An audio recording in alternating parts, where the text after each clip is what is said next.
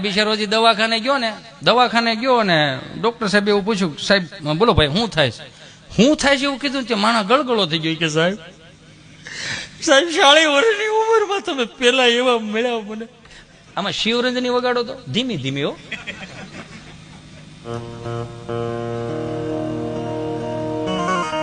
સાહેબ